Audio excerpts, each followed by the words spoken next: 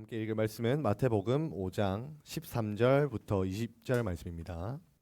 13절부터 20절 저 한 절 여러분 한 절 같이 돌아가면서 읽겠습니다. 오늘은 소금과 빛 그리고 그리스도인의 정체성이라는 제목으로 말씀을 전하고자 합니다. 말씀을 전하기에 앞서서 오늘은 성찬식이 있는 날입니다. 설교 시작하기 전에 성찬에 대해서 먼저 여러분들에게 좀 어떤 의미를 가지고 있는지 성찬이 이 부분에 대해서 얘기를 하고 설교를 시작하려고 하는데, 성찬은 성경에서는 떡을 뗀다 이렇게 얘기를 하는데, 원래 그 예수님 시대 그때는 빵을 가지고 한 덩어리 빵을 가지고 같이 다 떼어 먹었어요. 만약에 여러분들이 다 같이 우리가 다 같이 성찬을 한다 그러면 한 사람씩 나와 가지고 빵 한 덩이를 가지고 다 같이 나눠 먹는 거예요. 떼서. 그리고 포도주에 찍어 먹습니다.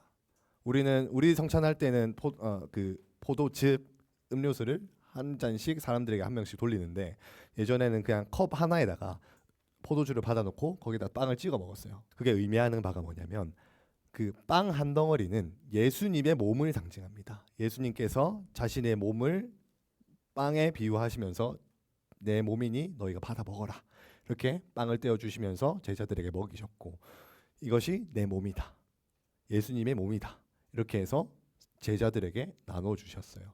그리고 포도즙은 예수님의 피입니다. 예수님께서 십자가에 못 박혀 죽으실 때 창에 찔리고 이제 곧 채찍 맞으시고 하면서 흘리셨던 그 피를 의미해요. 피로써 이것이 죄 사함을 위해서, 너희의 죄 사함을 위해서 내가 흘리는 새 언약의 피다라고 말씀하시면서 예수님께서 흘리신 피를 의미하는 것이 포도주입니다.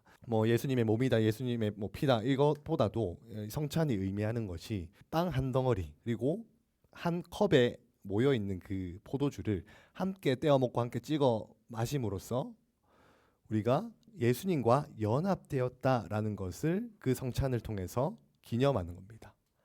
예수님께서 나를 위해서 예수님의 몸이 찢겨지시고 예수님께서 나를 위해서 피 흘려 죽으신 것을 기념하면서 그 은혜 안에서 우리가 예수님과 하나 되었습니다. 예수님의 몸을 먹음으로써 내가 예수님과 하나 되었고, 예수님께서 흘리신 그 피를 통해서 내가 죄 씻음을 받았을 뿐만 아니라 예수님과 하나 되었습니다 라는 고백이에요. 그래서 그 한 덩어리로 되어 있는 빵과 그 포도주를 마신다는 점에서 우리가 먼저는 예수님과 하나 되었다라는 고백이기도 하지만, 또 한편으로는 우리 모두가 예수님의 몸된 교회다, 주님께서 흘리신 그 피 안에서 연합된 교회다라는 의미를 가지고 있기도 합니다. 그런데 다만 만약에 내가 죄를 지었다, 성찬에 참여하는 걸 권고드리진 않아요. 왜냐하면 성경에서는 자신이 죄를 지은 상태에서 성찬에 참여하는 것에 대해서 자신의 죄를 먹는 거다 이렇게 얘기를 하기 때문에, 가르치고 있기 때문에 그 부분에 있어서는 자신의 죄 문제가 해결된 이후에 참여하는 것이 맞습니다. 물론 이렇게 얘기하는 이유 중에 하나는 초대교회, 이제 예수님 시대 그리고 사도 바울 시대 이때는 로마 시대 이때만 하더라도 거의 매주 성찬했어요. 우리는 1년에 2번 하죠. 그렇기 때문에 그때 당시만 하더라도 죄를 지었으면 성찬에 다음번에 참여하세요 이렇게 권고를 했지만, 저희는 1년에 2번밖에 없기 때문에 그래도 참여해라 라고 말하고 싶지만, 그럼에도 불구하고 성경의 가르침은 만약에 내가 죄를 지었다, 이 부분에 있어서 내가 하나님 앞에 좀 양심에 거슬리는 게 있다, 그렇다면 그 문제를 해결하는 것이 우선이다 라고 말씀을 드리고 싶습니다. 설교 본격적으로 시작해 보도록 하겠습니다. 오늘은 소금과 빛 그리고 그리스도인의 정체성이라는 제목으로 말씀을 전하도록 할 텐데, 오늘 설교의 키포인트가 있다면 먼저는 그리스도인이라는 정체성에 대해서 먼저 다루고 싶습니다. 오늘 본문에서 말하고 있는 그리스도인의 정체성은 첫 번째 소금입니다.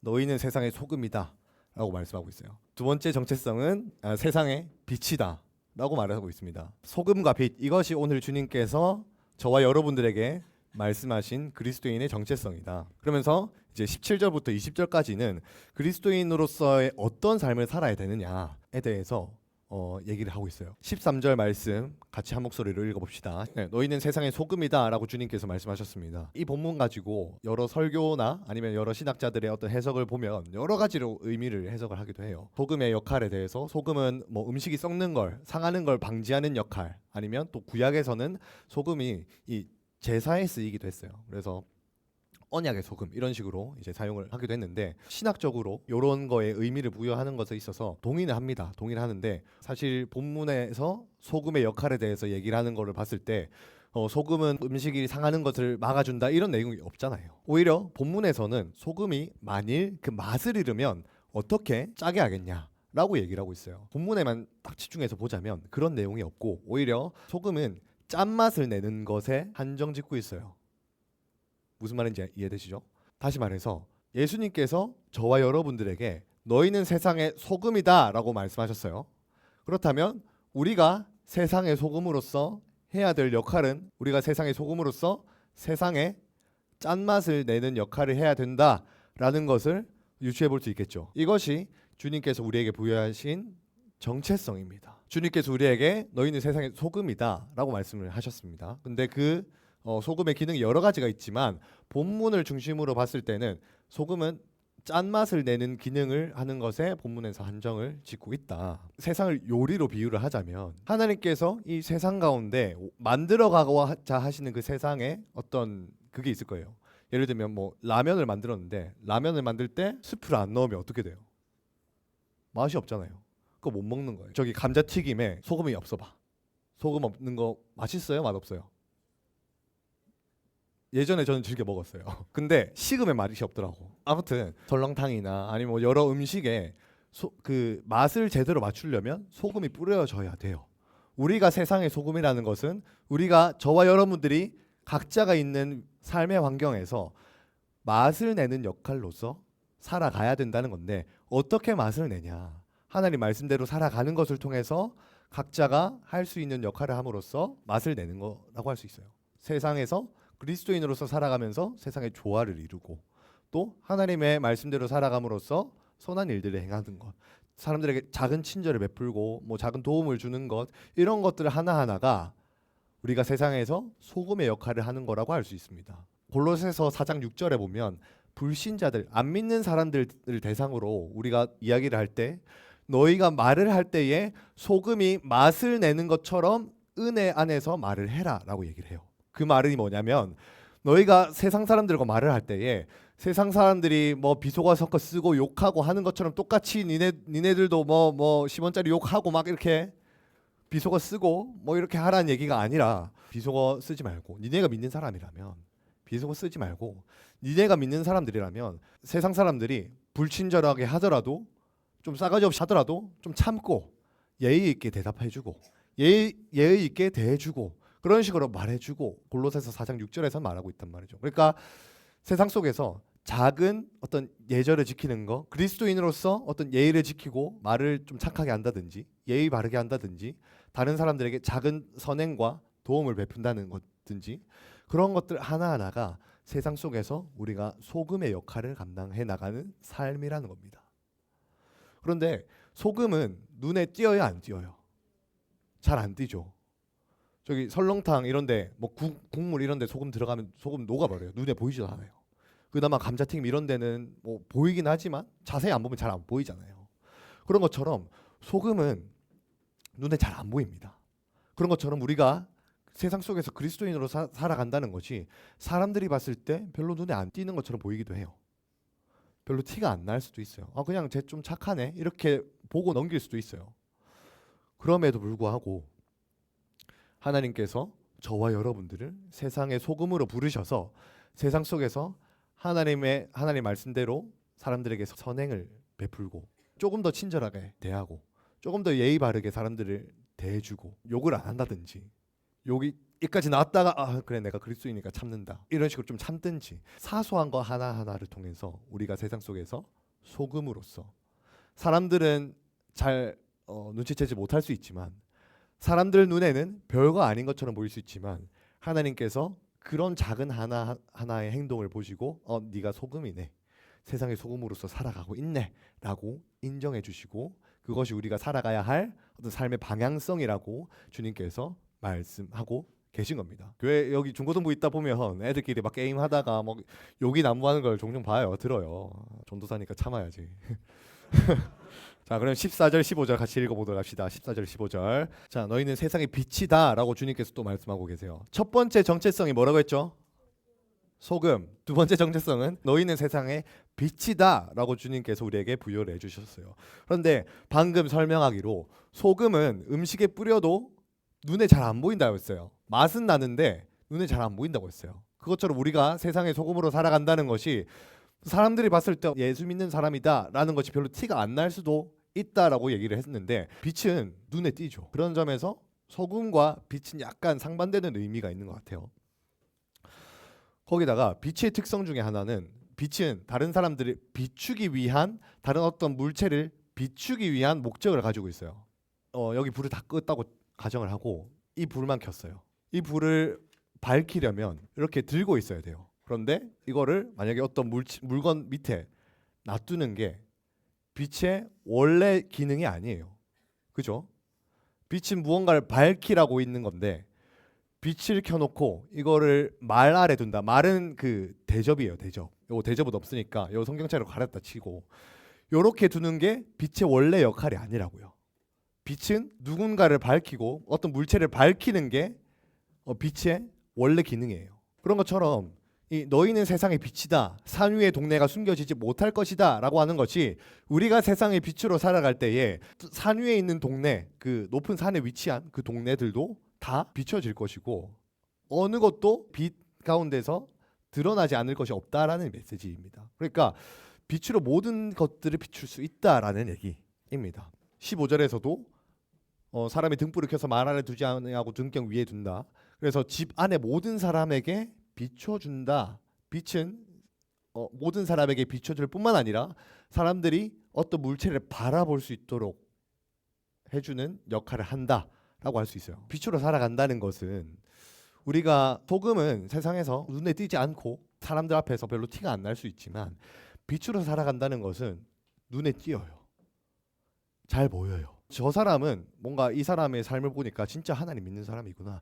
이 사람의 어떤 말하는 것과 삶을 보니까 이 사람은 진짜 그리스도인이구나 라는 것이 그런 삶을 극단적으로 얘기를 하자면 다니엘이 믿음을 지켰을 때에 다니엘이 왜 사자굴까지 들어갔잖아요. 사자굴에 들어가기까지 자신의 믿음을 저버리지 않았을 때에 오히려 그런 상황 속에서 사자굴에서도 하나님께서 보호해 주시는 것을 사람들이 보고 다니엘이 믿는 하나님이 진짜 살아계시구나.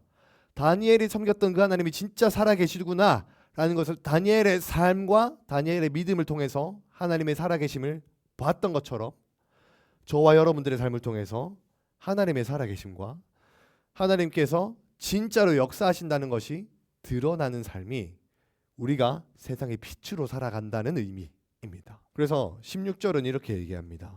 이같이 너희 빛이 사람 앞에 비치게 하여 그들로 너의 착한 행실을 보고 하늘에 계신 너희 아버지께 영광을 돌리게 하라. 다니엘의 믿음을 지키고 하나님 앞에 자신의 믿음을 끝까지 포기하지 않았을 때에 사람들이 하나님의 살아계심을 보고 하나님께 영광을 올려드리고 하나님께서 진짜로 살아계시다는 것을 고백했던 것처럼 우리의 삶을 통해서 그리스도인으로서의 삶을 통해서 하나님의 살아계심을 사람들이 보게 해라 라는 얘기가 바로 너희는 세상의 빛이다 라는 메시지입니다. 자, 우리가 우리의 삶을 통해서 사람들이 하나님의 살아계심을 보게 한다는 것은 다른 말로 사람들이 빛을 보고 하나님을 본다는 거예요. 근데 원래 성경은 너희가 빛이다라고 얘기하지 않고 예수님이 빛이다라고 얘기를 하세요. 예수님이 빛이고 우리는 그 예수님의 빛을 품고 살아가는 것을 통해서 예수님의 빛을 사람들에게 비춰주는 걸 의미합니다. 다시 말해서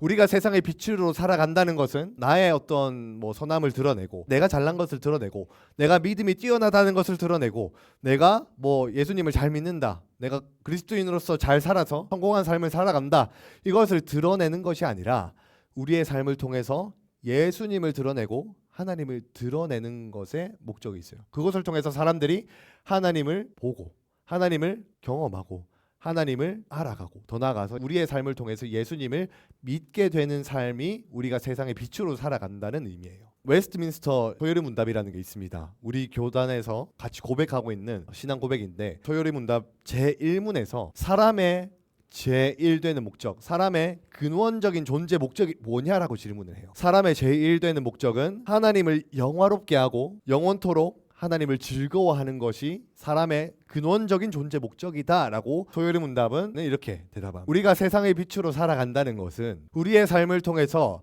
사람들이 예수님을 보게 하고 예수님을 믿게 함으로써 16절에서 우리의 선한 행실을 통해서 사람들이 하나님께 영광을 돌리게 해라 라고 했던 것처럼 우리의 삶을 통해서 사람들의 제1 목적인 하나님께 영광을 돌리는 것, 그 목적이 회복되게 하는 것과도 연결된다는 의미이기도 합니다. 자, 이사야 42장 6절과 이사야 49장 6절의 말씀에 자, 여기서도 이사야 42장 그리고 이사야 49장에서도 하나님께서 누군가를 빛으로 부르셨어요.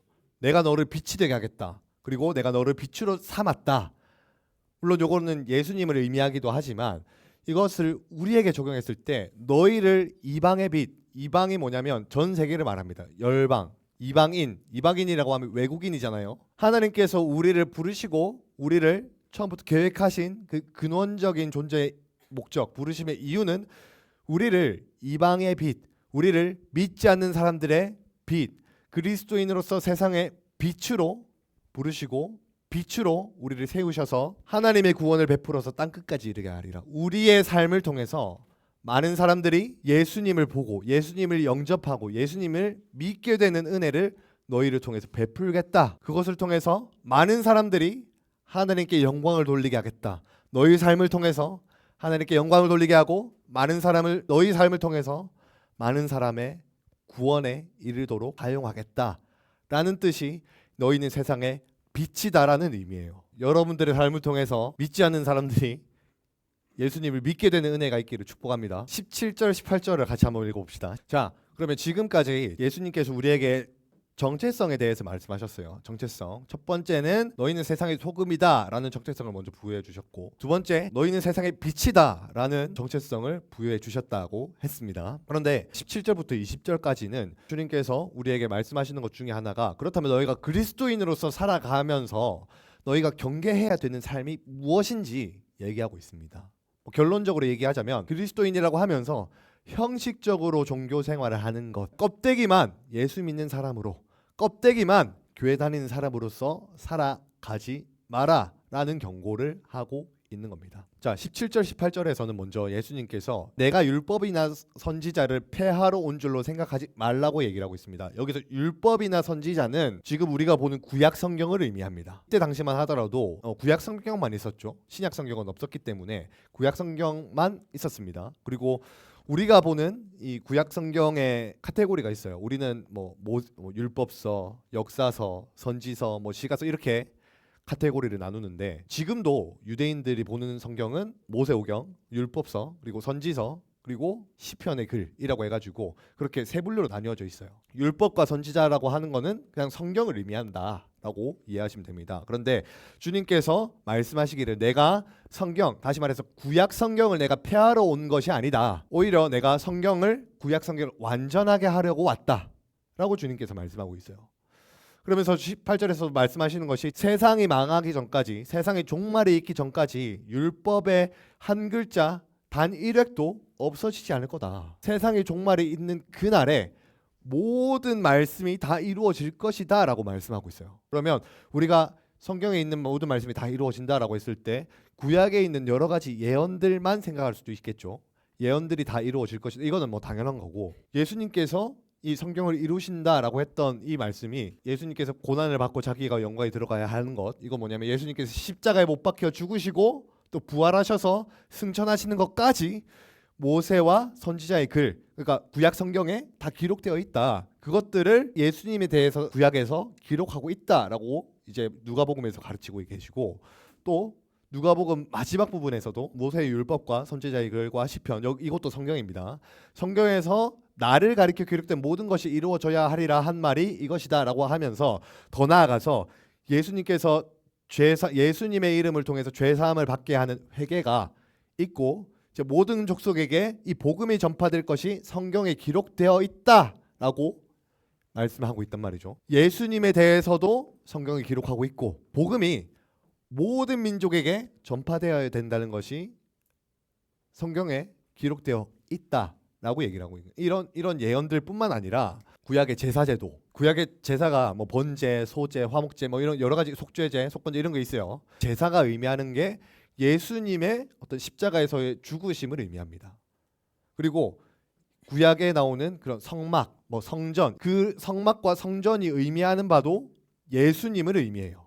예수님을 상징해요. 이런 모든 것들이, 그리고 구약에 있는 여러 가지 절기, 이런 것들도 예수님을 상징하고 예수님의 어떤 모형적인 의미가 있어요.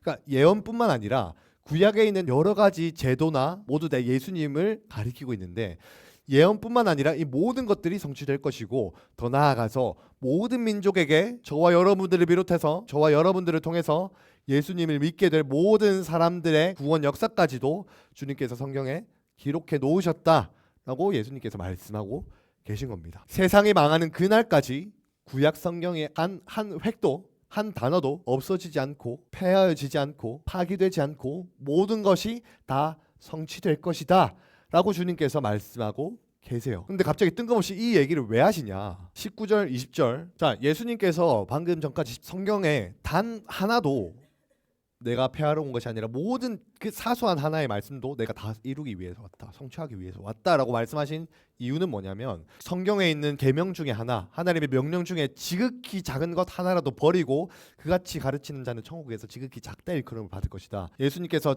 지극히 작은 그 구약의 말씀 하나도 다 이루시기 위해서 오셨다면, 성경에서 가르치고 있는 지극히 작은 계명, 하나님의 말씀 하나라도 버릴 게 없다는 겁니다. 지키지 않을 것이 없다는 거예요. 지극히 작아 보이는, 별거 아닌 것처럼 보이는 그런 말씀 하나라도 우리가 다 지켜야 된다는 것을 말하기 위해서 예수님께서 구약에 있는 모든 것을 내가 폐하러 온 것이 아니라 다 이루기 위해서 왔다라고 말씀하시는 겁니다. 19절 20절에서 말하고 있는 것처럼 주님은 너희가 성경에 지극히 작은 것 하나, 그 말씀 하나 무시하지 마라. 지극히 작아 보이는 그 말씀 하나라도 너희가 이건 안 지켜도 되겠지 라고 생각하지 마라. 왜? 내가 이 구약에 있는, 성경에 있는 모든 말씀을 내가 다 이룰 텐데, 하나도 빠짐없이 다 이루는데, 너희가 보기에 작아 보이는 그 말씀조차도 내가 성취하기 위해서 이 땅에 왔고, 내가 그 모든 역사를 나를 통해서 이룰 텐데 니네가 뭔데 하나님의 말씀을 니네 스스로 폐하고 니네 스스로 안 지켜도 된다라고 얘기를 하냐, 이 말씀을 하시는 겁니다. 뒤에 이어서 말씀하시는 것이 누구든지 지극히 일을 행하며 지극히 작은 것 하나라도 행하며 가르치는 자는 천국에서 크다 일컬음을 받으리라 라고 말씀하고 계시죠. 그러면서 20절에 말씀하시는 것이 너의 의가 서기관과 바리새인보다 더 낫지 못하면 결코 천국에 들어가지 못하리라. 이것도 19절과 한 맥락 안에 있습니다. 서기관과 바리새인은 당시의 종교 지도자들인데, 직업으로 치면 목사님들이나 뭐 신학교 교수님들이나 이런 분들인데, 이런 분들이 성경을 왜곡했던 것들이 있어요. 이 당시에 마태복음 15장에 보면 유대인들의 전통이 있습니다. 예를 들면 부모님의 아버지와 어머니에게 말하기를, 부모님에게 말하기를 부모님께 마땅히 드려야 할 예물을, 부모님께 드려야 할 용돈을 부모님께 안 드리고 이거 하나님께 드렸어요. 엄마한테 드렸어야 되는 건데 저 11조 한다고, 헌금한다고, 뭐 감사 헌금한다고 뭐 헌금으로 냈습니다. 이렇게 하면 너희가 부모를 공경할 필요 없다. 부모에게 줄 거 안 줘도 된다. 이렇게 유대인들은, 당시 종교 지도자들은 가르쳤다고요. 부모님께 드릴 것을 하나님께 드렸다. 이렇게 하면 하나님이 더 크시니까 부모님 공경 안 해도 상관없어. 하나님 공경하면 되지. 이렇게 가르쳤다고요. 왜? 유대인들의 전통이 이렇게 있었거든요. 주님은 이거를 너희의 전통으로 하나님의 말씀을 폐하는도다 라고 말씀하셨어요. 지극히 작아 보이는 그 말씀 하나를 행하지 않고 버리고 또 그렇게 가르친 사람들에게 주님은 너희가 하나님의 말씀을 폐하느냐 라고 책망하셨다고요.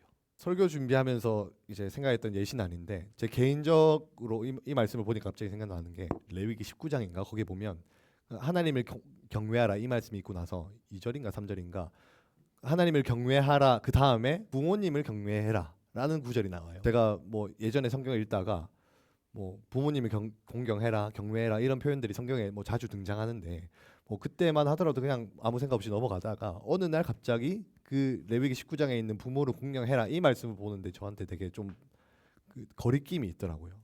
그러면서 왜 그런지를 살펴보니 제가 부모님을 공경하지 못하는 모습이 있어서 제가 그 말씀이 계속 좀 거슬렸던 경험이 있습니다. 그 말씀 붙들고 계속해서 좀 이제 부모님과의 관계 안에서 좀 틀어졌던 부분, 그런 부분에서 제가 생각했을 때는 부모님이 나한테 뭐 잘못한 게 있으니까 부모님을 존경하지 않고 존중하지 않을 이유가 있다라고 나름대로 그렇게 생각하고 있었다가 그 말씀을 보고 내가 생각하기에 부모님이 나한테 어떤 잘못을 했던 간에 부모님을 좀 미워해도 괜찮다라고 생각할 만한 나름대로의 합리적인 이유가 있다 하더라도 성경에서는 그런 이유가 있을 때는 부모님을 공경할 필요가 없다라고 가르치는 게 아니라 어떤 이유가 되어서건 부모님을 공경해라, 경외해라 라고 가르치는 그 말씀을 보고 저의 그 고집을 좀 꺾고 부모님한테 죄송합니다 이렇게 말씀드렸던 경험이 있습니다. 그 전까지만 해도 부모님과 좀 관계가 좀 많이 안 좋았었다가 그걸 계기로 부모님과의 관계가 좀 많이 회복됐던 적이 있는데 여러분들의 삶 속에서도 이런 작아 보이는 그 말씀 한 구절이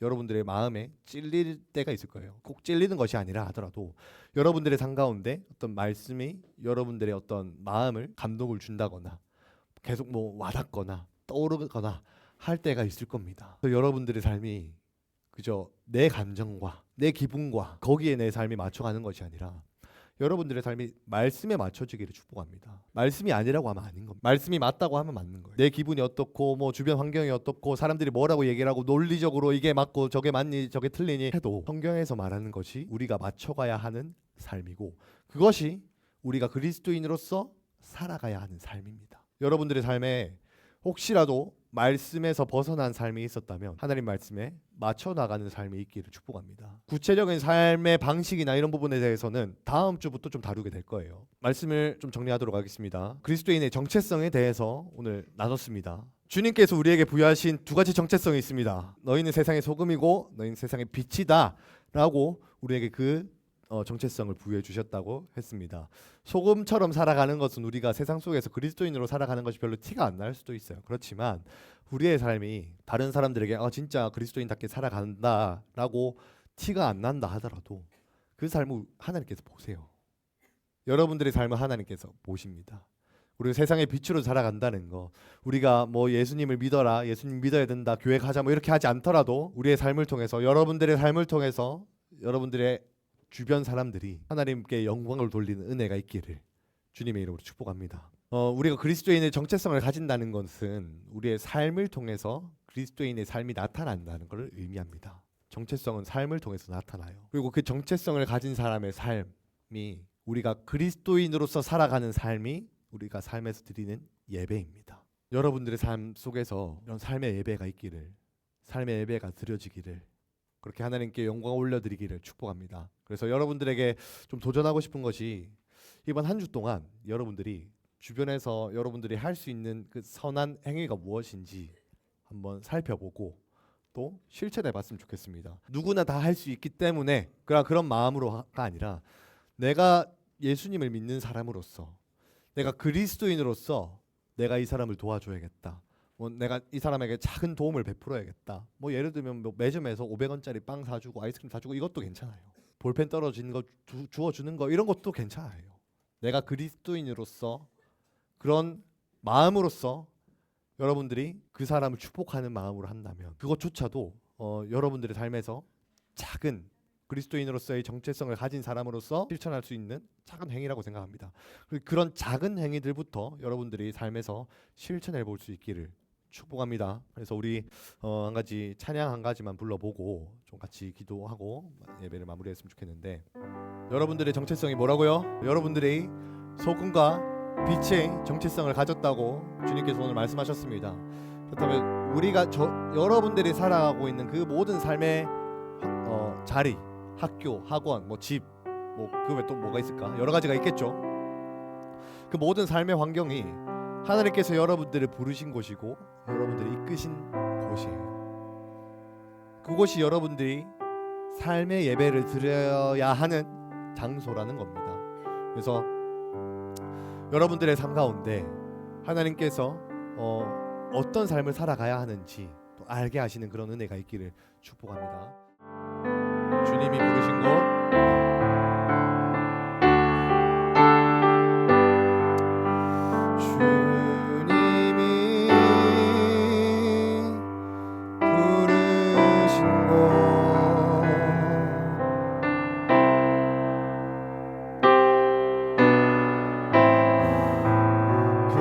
그곳에서 예배하리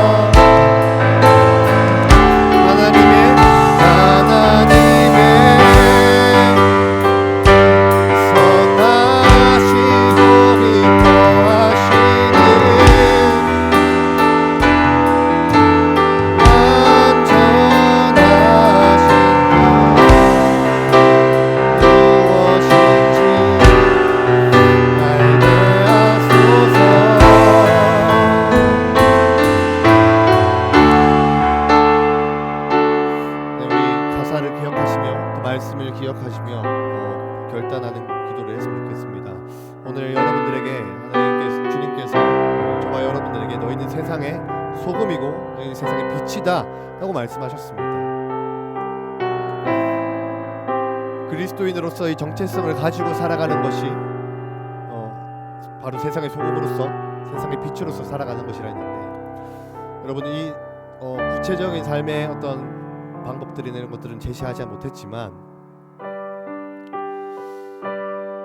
우리가 결단하기를 원하는 것은 이번 한 주 동안 내가 그리스도인으로서 내 삶의 자리에서 하나님 앞에 할 수 있는 선행이 무엇인지 이 시간 결단했으면 좋겠습니다. 누군가를 위해서 기도해 주는 것, 그것조차도 우리가 어쩌면 그리스도인으로서 살아가는 삶이라고 저는 생각합니다. 찬영아, 누군가를 위해서 기도해 주는 것, 누군가를 위해서 작은 도움 하나 주는 것, 아까 말했던 볼펜 하나 주워주는 것, 떨어뜨리면 막 볼펜 하나 주워주는 것, 아니면 좀 다친 친구가 있다, 약을 준다든지, 그런 작은 선행 하나가 그저 내가 착하게 산다 이것을 넘어서서 내가 그리스도인으로서 이런 선행을 준다라고 했을 때에 그런 것 작은 행위 하나가 주님께서 보시기에 소금으로서 빛으로서 살아가는 삶일 것입니다. 여러분들의 삶 가운데서 이런 결단이 있었으면 좋겠습니다. 큰 어떤 대단한 일을 하지 않아도 괜찮아요. 여러분들의 삶 가운데서 주님, 이 시간 내가 이번 한 주 동안 작은 선행 하나 베풀 수 있는 그런 마음을 허락하여 주옵소서. 내 삶의 자리에서 주님께서 부르신 그 삶의 자리에서 작은 그리스도인으로서의 삶을 작은 행위라도 살아낼 수 있는 그러한 마음 허락하여 주시고, 누군가를 위해서, 친구를 위해서, 믿지 않는 지체들을 위해서 기도해 줄 수 있는 마음 허락하여 주옵시고 부어 주옵소서. 이 기도 제목 가지고 함께 주여 외치고 결단하며 나아갔으면 좋겠습니다. 함께 기도하시겠습니다. 주님, 하나님 아버지 감사드립니다. 우리를 세상의 소금으로 세상의 빛으로 부르신 주님, 우리가 그리스도인이라는 정체성을 가지고 살아가는 것에 있어서 그저 외형적으로만 교회 다니는 사람, 껍데기만 그리스도인으로 살아가는 것이 아니라 삶에서 작은 하나님의 말씀을 실천해 나가고 그 지극히 작은 것 하나라도 우리가 말씀대로 살아가기 위해서 발버둥치는 삶이 되어질 수 있도록 한 사람 한 사람 축복하여 주시고, 이 시간 우리의 생각과 마음 가운데 변화를 일으켜 주옵소서. 그렇게 일하실 주님을 기대합니다. 감사드리며 이 모든 말씀 예수님의 이름으로 기도드립니다. 아멘.